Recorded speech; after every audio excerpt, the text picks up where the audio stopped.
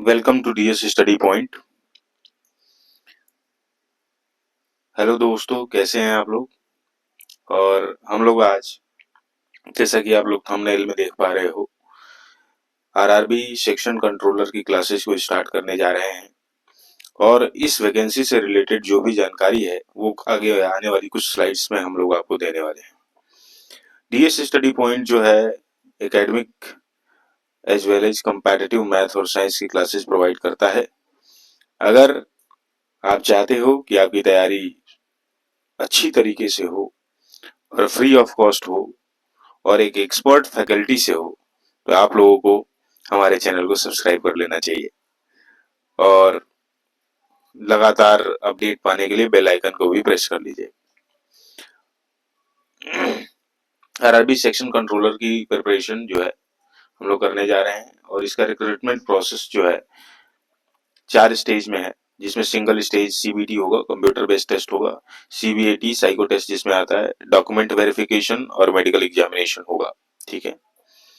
आगे अगर आप देखेंगे तो टोटल ड्यूरेशन 120 मिनट का होगा और कंप्यूटर बेस्ड टेस्ट की बात कर रहा हूँ। टोटल ड्यूरेशन 120 मिनट यानी 2 घंटे का होगा और टोटल क्वेश्चन 100 आएंगे और हर गलत क्वेश्चन पे 1/3 मार्क्स काट लिए जाएंगे। ठीक है। अब यहाँ पर नॉर्मलाइजेशन तो होगा, क्योंकि मल्टीपल शिफ्ट में होगा तो नॉर्मलाइजेशन होगा। मैथमेटिक्स के अगर आप सिलेबस के बारे में देखें तो मैथमेटिक्स के सिलेबस में आपको समझ में आएगा क्या क्या चीजें आ रही है। मैथमेटिक्स में नंबर सिस्टम आ रहा है, रेशियो एंड प्रोपोर्शन आ रहा है, average, percentage, profit loss, discount, time, distance, speed, power and work और algebra, linear equations, AB, arithmetic progression, LCM, HCF, geometry, area and volume, probability और स्टैटिस्टिक। ये सारी की सारी चीजें हमारी जो है क्लास 10th या आसपास के लेवल से आती है। क्लास 10th में ही सारी ये चैप्टर्स मिल जाएंगे। डेटा इंटरप्रिटेशन और डेटा एनालिसिस के क्वेश्चंस आते हैं, जिसमें Venn diagram, syllogism, statistical curve, data sufficiency, data arrangement, pie chart, scatter plot, ये सारी चीजें, इससे हमें डेटा इंसाइट्स निकालने होते हैं। लॉजिकल रीजनिंग में आपको पता है blood relation, clock and calendar, binary, syllogism, ये सब चीजें आने वाली है। और साथ में आता है अनसीन पैसेज। अनसीन पैसेज से क्वेश्चंस पूछे जाएंगे और उन क्वेश्चंस का आंसर आपको देना होता है। थोड़ा सा अगर हम ध्यान से देखेंगे तो 120 मिनट के पेपर में जो कि आपके क्वेश्चंस पूछे जाएंगे, मैथ के 60 क्वेश्चन पूछे जाएंगे और रीजनिंग, जिसे हम लॉजिकल कैपेबिलिटी और मेंटल रीजनिंग बोल रहे हैं, इसके 40 क्वेश्चन। तो टोटल 100 मार्क्स का वेटेज होगा। और आप इस चीज को समझ लीजिए कि अनरिजर्व्ड कैटेगरी में 40% minimum percentage of qualifying marks होगा। ईडब्ल्यूएस के लिए 40%, OBC, creamy layer, non creamy layer 30%, SC ST जो है इसमें 30 और 25% रिस्पेक्टिवली है।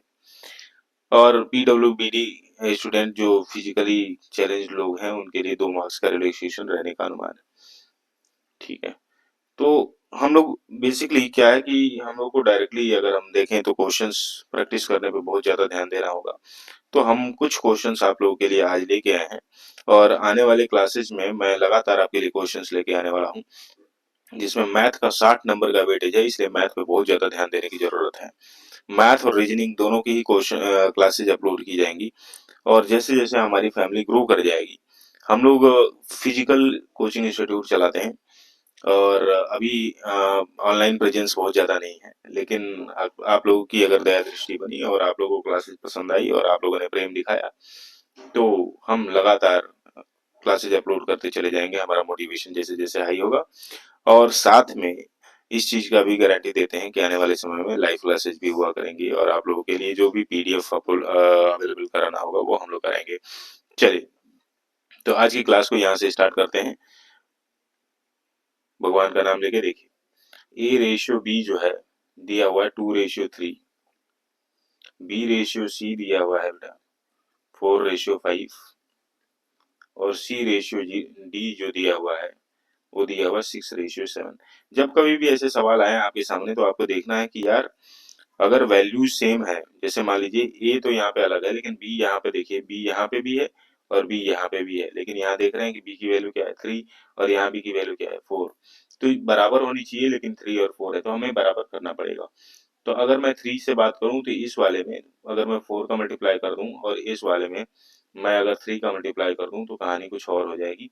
तो आप देखते हैं कहानी क्या हो जाएगी। A ratio B equal to 4 से मल्टीप्लाई करेंगे तो 8 रेशियो 12 हो जाएगा, और B ratio C equal to अगर मैं 3 से मल्टीप्लाई करूंगा तो 12 रेशियो 15 हो जाएगा। इसमें कोई परेशानी की बात नहीं। फिर अगली प्रॉब्लम क्या आएगी, ध्यान से देखेंगे। यहाँ c की वैल्यू 15 है, देखिए यहाँ c की वैल्यू क्या है 15 है, और यहाँ c की वैल्यू क्या है 6 है। तो 6 को 15 बनाने के लिए इस इक्वेशन नंबर 3 को किससे मल्टीप्लाई करना पड़ेगा 2.5 से, क्योंकि 6 इंटू 2.5 क्या होता है 15 होता है। ध्यान से समझेंगे तो c ratio d equal to क्या आ जाएगा बेटा, ध्यान से देखिए 15 रेशियो ये 7 इंटू 2.5, 7 टू जा 14 और प्लस का 3.5 यानी कि 17.5। अब पॉइंट में कोई आंसर है नहीं तो पूरे इक्वेशन को किससे मल्टीप्लाई कर दें, 2 से मल्टीप्लाई कर दें। तब आपको समझ में आएगा कि ए रेशियो बी जो होगा, बी रेशियो सी जो होगा और सी रेशियो डी जो होगा वो बड़े आराम से हम निकाल पाएंगे कि 16 रेशियो 24 हो जाएगा, 24 रेशियो 30 हो जाएगा और 30 रेशियो 35 हो जाएगा।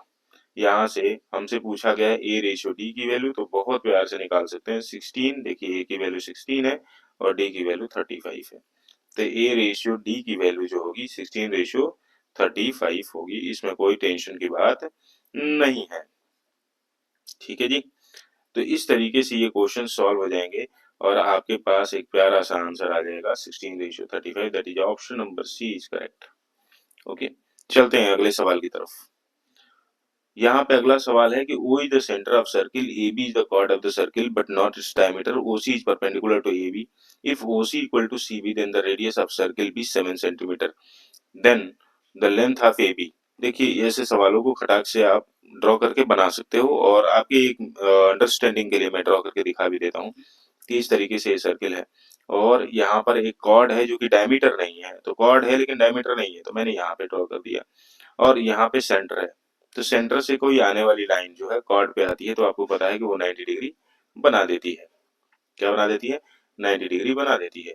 और इन्होंने रेडियस के संबंध में जो बात कही है वो रेडियस है 7 सेंटीमीटर। देखिए रेडियस कितना बोला हुआ है, रेडियस है 7 सेंटीमीटर। तो यहाँ पे हम लोगों ने रेडियस को 7 सेंटीमीटर ले लिया है। ये है ए बी कॉर्ड है और इस पॉइंट को मैं एम ले लेता हूँ। और इन लोगों ने कहा कि ए सी जो है, सॉरी ठीक है, यहाँ पे बोला हुआ है ओसी बोला हुआ है, सॉरी यहाँ पे बोला O is the centre of circle, A B the chord and OC is perpendicular to OB, तो एम नहीं है, that is C. Okay, M नहीं है, वो क्या है सी है, कोई टेंशन नहीं। तो हम इसको सी लिख देंगे, यहाँ पे सी है। और इन्होंने बताया कि ओसी जितना है उतना ही सी भी है, कोई बात नहीं, ओसी जितना है उतना ही सी भी है, ये भी बात क्लियर हो गई। तो यहाँ से और क्या बात बताइए, रेडियस ऑफ सर्किल 7 सेंटीमीटर, तो बहुत बढ़िया है, रेडियस ऑफ सर्किल 7 सेंटीमीटर है, ये 90 डिग्री आपके पास है। तो यहाँ से एक बात क्लियर हो जाएगी कि अगर मैं इस एंगल के बारे में बात करूं तो आप समझ पा रहे होंगे, क्योंकि अगर ये side OC equal to C B है, ध्यान से देखेंगे OC equal to C B है, तो इसके करस्पॉन्डिंग जो एंगल है वो भी क्या होगा, सेम होगा। OC equal to C B जो है सेम है, तो एंगल बनने वाला जो है angle COB equal to angle CBO होगा। यानी कि अगर मैं बात करूं तो 90 और इसको अगर x मान लिया जाए तो क्या बनेगा बेटा, ध्यान से देखेंगे 90 प्लस एक्स इक्वल टू 180। तो अब आप समझदार हो, 2x इक्वल टू 90 हो जाएगा और x की वैल्यू कितनी हो जाएगी 45 डिग्री हो जाएगी। बहुत आराम से कर लिया हम लोगों ने। तो यहाँ से अगर आप देखें तो हम लोग को निकालने की क्या जरूरत है, हमें निकालना है सी बी, तभी तो हम लेंथ ऑफ ए भी निकाल पाएंगे। तो सी बी यानी बेस और ये हाइपोटेन्यूज यानी कि cos 45, बेस और हाइपोटेन्यूज को कौन रिलेट करता है, cos 45 equal to C B upon में हाइपोटेन्यूज 7। तो सी बी इक्वल टू क्या हो जाएगा 7 इंटू cos 45 की वैल्यू 1/√2 यानी कि 7 अपॉन में √2 आ जाएगा। अच्छा ए बी इक्वल टू क्या होगा, तो ए बी इक्वल टू आपको पता होना चाहिए कि 2 इंटू सी बी होगा। क्यों भाई A B equal to 2 into C B क्यों होगा, क्योंकि आपको पता होना चाहिए कि सेंटर से जो लाइन चलती है कॉर्ड को टच करती है वो इसको बराबर बराबर हिस्सों में बांट देती है। तो सी बी में 2 का गुणा कर देंगे तो ए बी निकल जाएगा। तो 2 इंटू 7 अपॉन में √2, अगर इसको आप सॉल्व करेंगे तो आएगा 7। 2 से √2 को घटाएंगे तो √2 इंटू √2, 2 को क्या लिख सकते हैं √2 इंटू √2, एक √2 कैंसिल हो जाएगा यानी 7 √2 सेंटीमीटर। तो इसलिए करेक्ट आंसर जो बनेगा वो बनेगा 7 √2। करेक्ट आंसर क्या बनेगा 7√2। ठीक है, ये बनेगा। ओके, आगे चलते हैं। यहाँ पे अगला सवाल देखेंगे, क्या बोला गया कि साइन 2 थीटा बराबर 1/2। ऐसे सवाल बड़े इजी हैं। साइन के टेबल में 1/2 कब आता है, आप ध्यान से देखेंगे। साइन के टेबल में 1/2 आता है, अगर आप देखें तो 30 में आता है। साइन 30 क्या होता है 1/2। कंपेयर करेंगे 2 थीटा की वैल्यू 30 के बराबर, तो थीटा की वैल्यू क्या हो जाएगी 30/2, यानी कि आंसर है 15। हमसे पूछा गया कॉस 75 माइनस थीटा की जगह पर 15, यानी कि कॉस 60 आ जाएगा बेटा। और कॉस 60 की वैल्यू आती है 1/2। यहाँ से बहुत प्यार से हमारा आंसर निकल के आया 1/2। अगले की तरफ चलते हैं। यहाँ पे क्या कह रहा है ए स्टार्ट करता है बिजनेस को 7,000 रुपए से, और 5 महीने बाद बी आता है, पार्टनर के तौर पे ज्वाइन करता है, और जब प्रॉफिट डिवाइड होता है तो 2:3 में आता है, तो बी का कैपिटल क्या है। बहुत सिंपल सवाल होता है। इसमें बस देखना होता है कि पूंजी कितने समय के लिए लगी है। अब ध्यान से समझिए, 7,000 रुपया लगाया ए ने, तो पूरे साल भर के लिए लगाया, लेकिन 5 महीने बाद बी आया, तो बी ने जो भी पूंजी लगाई है वो कितने महीने के लिए लगाई है 5 महीने के लिए लगाई है। सॉरी, 5 महीने बाद आया, तो यानी बी ने पूंजी जो लगाई है 12 में से, टोटल एक साल में 12 महीने होते हैं। टोटल एक साल में कितने महीने होते हैं बताइए। टोटल एक साल में 12 महीने होते हैं, तो 12 में से 5 महीने बाद आया, यानी कि उसकी पूंजी कितने महीने के लिए लगी 7 महीने के लिए लगी। और रेशियो कितना है प्रॉफिट का 2:3 है, तो 7 से अगर इसको आप काट देंगे तो ये कितना आ जाएगा 1,000। और यहाँ से अगर आप ध्यान से देखेंगे तो क्या आ जाएगा 2B इक्वल टू 1,000 गुणे 12 गुणे 3, तो B इक्वल टू क्या हो जाएगा 1,000 गुणे 12 गुणे 3/2। यहाँ से अगर आप इस चीज को सॉल्व करेंगे तो ये आ जाएगा 6, तो बी की वैल्यू आएगी 18,000। बी की वैल्यू कितनी आएगी 18,000। तो बी ने कितना वैल्यू लगाया था 18,000 रुपये का। बी ने कितनी वैल्यू लगाई थी 18,000 रुपये लगाया था। एबीसीडी एक साइक्लिक क्वाड्रिलेटरल है जिसके वर्टिसेज इक्विडिस्टेंट हैं ओ से, सेंटर ऑफ सर्किल से। अगर आप ध्यान से देखेंगे तो समझ में आएगा। एबीसीडी एबीसीडी एक साइक्लिक क्वाड्रिलेटरल है, ठीक है, बना लेते हैं। एबीसीडी साइक्लिक क्वाड्रिलेटरल है, ओके।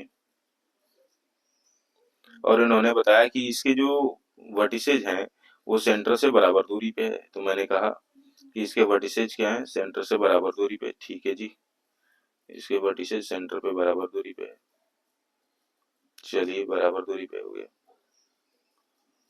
ठीक है। और ये सारे आपस में क्या है बराबर है। फिर उसके बाद इन्होंने बोला है ए बी सी डी बना लिया हम लोगों ने, और इन्होंने क्या बोला है एंगल सीओडी की वैल्यू 120 दिया हुआ है। एंगल सीओडी की वैल्यू क्या दिया हुआ है 120 दिया हुआ है, ठीक है। और एंगल बीएसी की वैल्यू, एंगल बीएसी की वैल्यू कितनी दी हुई है 30 डिग्री दी हुई है। एंगल बीएसी की वैल्यू कितनी दी हुई है 30 डिग्री दिया हुआ है, ओके बढ़िया। एंगल बीएसी की वैल्यू कितनी दी हुई है 30 डिग्री दिया हुआ। तो हमको बीसीडी बताना है, हमको क्या बताना है बीसीडी बताना है। ध्यान से समझेंगे, हमें बताना है बीसीडी, यानी कि ये फुल एंगल की बात हो रही है, ये हमें बताना है। अगर आप ध्यान से देखेंगे तो ये एक चीज समझिए, इस पॉइंट बी से और इस पॉइंट सी से दो एंगल बन रहे हैं। कौन सा, एक बन रहा है बी ए सी और एक बन रहा है बी डी सी।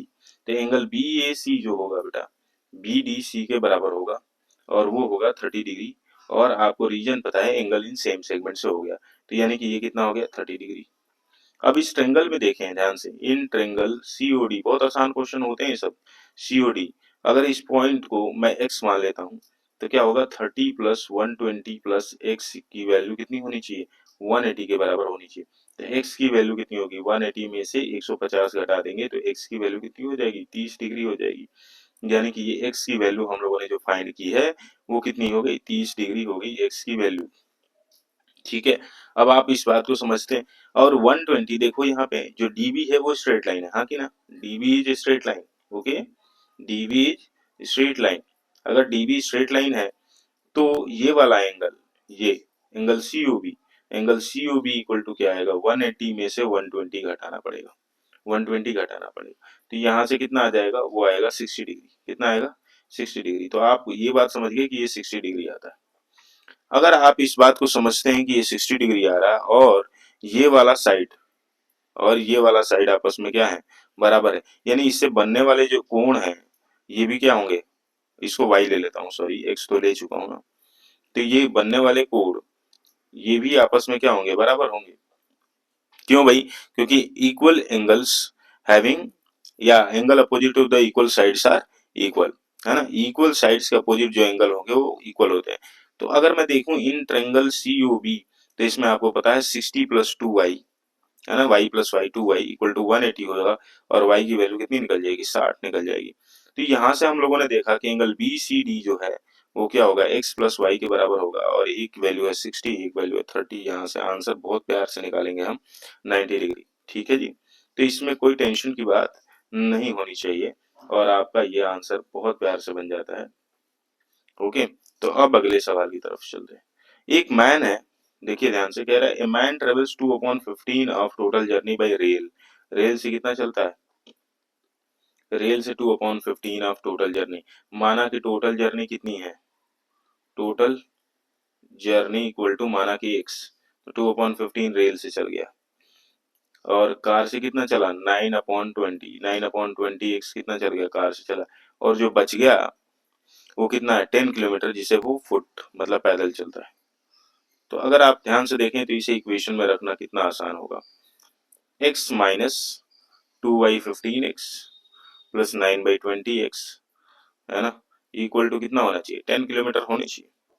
इस चीज को अगर आप सॉल्व करें तो 15 20 यानी 60, यहाँ से 60x आ जाएगा, माइनस का, अब देखो 15 4 जा 60 यानी 8x और प्लस का 27x इक्वल टू कितना हो जाएगा, 10, कितना हो जाएगा, 10। बेटा ध्यान से समझेंगे, बहुत प्यार से प्यारा सवाल है। अब 60x में से कितना घटाना है, 35x घटा देना, अपॉन में 60 इक्वल टू 10, तो ये आएगा 25x अपॉन में 60 इक्वल टू 600 आ जाएगा। ठीक है, तो यहाँ से अगर आप इस चीज को देखते हैं तो बहुत प्यार से समझ में आ रहा होगा कि x बराबर क्या हो जाएगा, 600, है ना, अपॉन में, सॉरी ये नहीं लिखना है यहाँ पे, हाँ अब ठीक है, 16 × 10 तो 600 हो गया ना, तो 600 बटे में 25, तो आंसर कितना आ जाएगा भाई, 25 दूना 50, 10 0 यानी 100, 25 चौका 100, यानी कि पूरी यात्रा कितने किलोमीटर की थी, पूरी यात्रा 24 किलोमीटर की थी। कितने यात्रा किलोमीटर की थी, 24 किलोमीटर की थी। चलिए अगले सवाल की तरफ चलते हैं। In a club the average age of member is 30 years and the average age of male member is 34 year. देखिए एवरेज एज ऑफ मेंबर कितना दिया हुआ है, 30 year, average age of members कितना दिया हुआ है, 30 ईयर्स।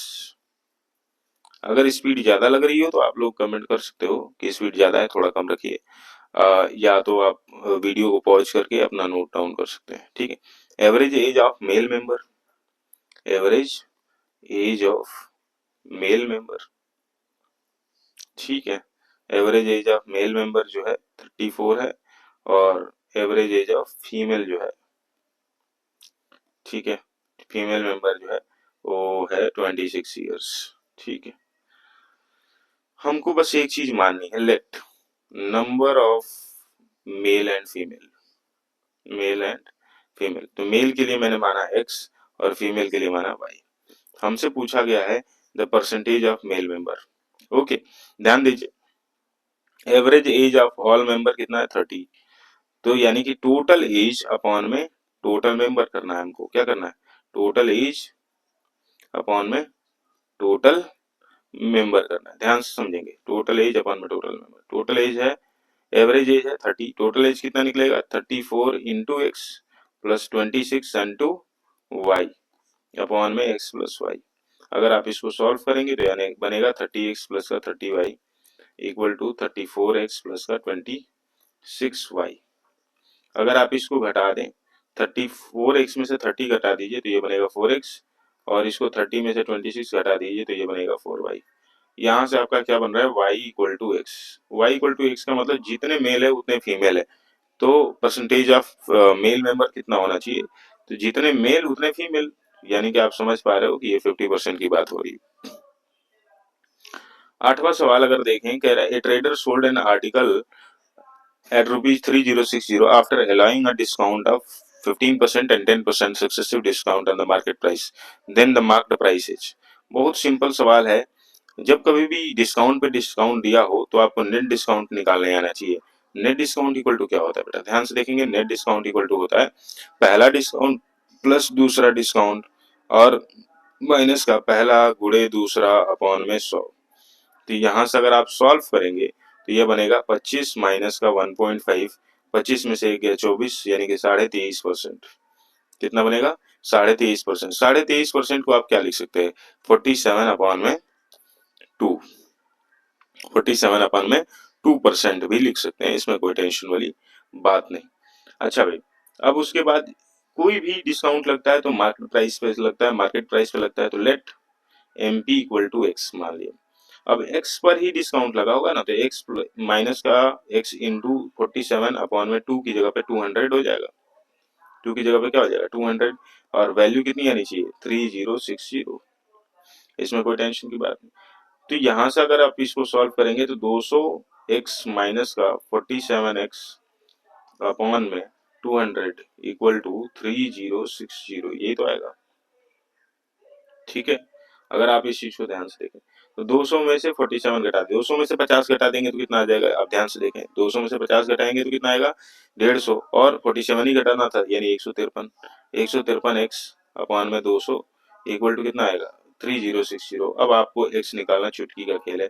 एक्स बराबर क्या आ जाएगा 3060, 3060 इंटू 200 अपॉन में 153। देखिए 153 से 2 बार में काट दीजिए, ये आ जाएगा 306। यहाँ से 20 हो जाएगा, एक जीरो था तो x बराबर क्या आ जाएगा 4000 रुपीज। तो इस तरीके से आपके पास ये आंसर बन के आ जाता है और आपका ये आंसर होगा, करेक्ट आंसर इज 4000 रुपीज। चलते हैं अगले सवाल की तरफ। कह रहा है area trapezium is 105 square centimeter. Okay, तो एरिया जो होता है ना ट्रेपेजियम का वो होता है half sum of parallel side. क्या होता है half sum of parallel side into height. ध्यान से समझेंगे, half sum of parallel side into height. Area की जगह पे 105 equal to 1/2 sum of parallel side. देखिए 9 + 12 दिया है और हाइट निकालने के लिए कह रहा है, ये इधर जाकर मल्टीप्लाई हो जाएगा 210 हो जाएगा बेटा 210 और ये 21 इंटू एच।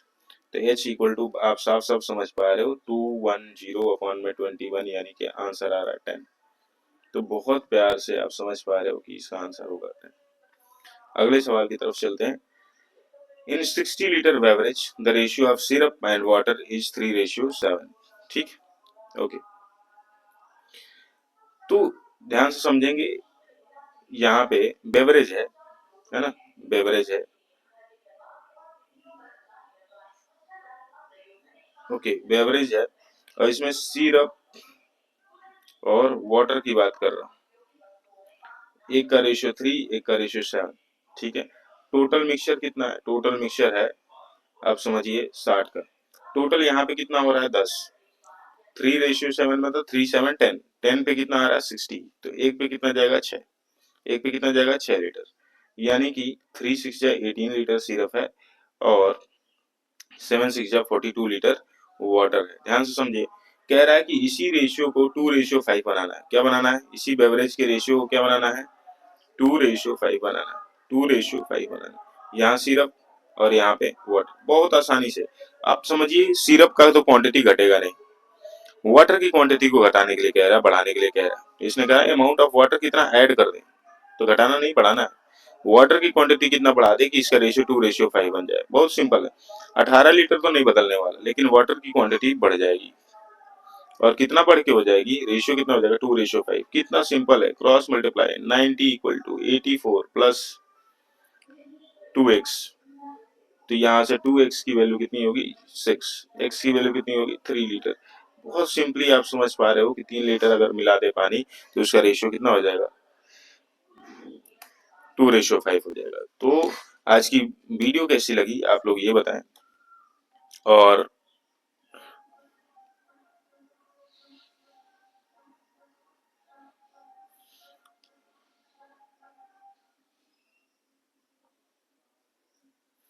आज की वीडियो कैसी लगी आप लोग मुझे बता सकते हैं, और क्या-क्या और सुधार किए जा सकते हैं हमारे वीडियो में, जिसकी वजह से आपको पढ़ने में और मजा आए। ये सारी चीजें, ये सुझाव आप लोग हमें दे सकते हैं। आरआरबी सेक्शन कंट्रोलर की क्लासेज मैं लगातार अपलोड करूंगा। साथ में अगर आपके घर में छोटे बच्चे हैं जो कि क्लास 6 से लेकर क्लास 12 तक के हैं, उनके लिए भी वीडियो अब लगातार ही मैथ और साइंस, फिजिक्स, केमिस्ट्री, बायो, ये सब की क्लासेज अब धीमे धीमे हम लोग डालना शुरू कर रहे हैं। तो जो भी आपके आसपास बच्चे हैं, उनको आप हमारे चैनल के बारे में बता सकते हैं, डीएस स्टडी पॉइंट को सब्सक्राइब करने के लिए बोल सकते हैं। साथ में लगातार हमारे साथ बने रहिए, ताकि हम लोग आरआरबी सेक्शन कंट्रोलर के क्लासेस को अपलोड करने वाले हैं, जिससे आप लगातार लाभान्वित हो सकें और आप अपनी तैयारी जारी रख सकें। चलिए मिलते हैं अगली क्लास में। आज के लिए थैंक यू वेरी मच।